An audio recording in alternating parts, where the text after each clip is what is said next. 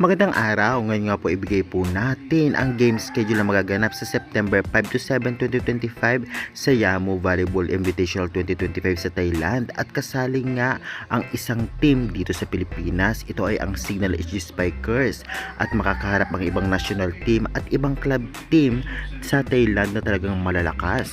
Kaya bago natin simulan guys, nakikiusap naman po ako, please naman huwag niyong kalimutan mag-like, comment, and subscribe and pa-hit the notification bell para lagi po kayong updated sa aking mga bawang video about sa volleyball dito sa Pilipinas. Maraming salamat sa suporta nyo. Well, sabay-sabay nating suportahan ang isang team na naman from Philippines sa men's division na Signal HG Spikers dahil inibitahan sila at lalaban international. Lalaban lang naman sila sa bansa kung saan ay maraming love ang volleyball. Ito ay ang Thailand. Siyempre, apat na team silang talagang sasabak sa single round robin. Ito ay ang Nakhon Ratchasima Veterans Team, Nakhon Ratchasima College Team. Siyempre, nandyan din ang Myanmar National Team. At siyempre, ang Signal HG Spikers Men's Division na talaga namang club team dito sa Pilipinas. Kaya naman, wag na po nating patagalin pa. Ito na po ang kanilang game schedule. Simula nga ngayong September 5 hanggang 7, 2025.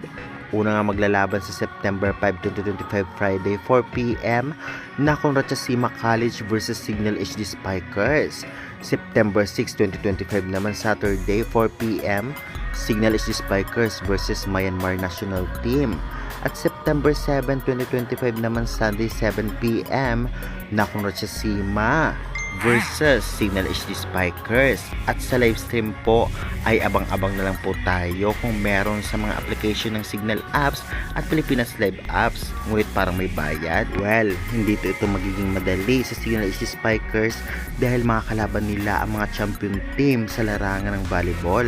At syempre may national team pa ng Myanmar.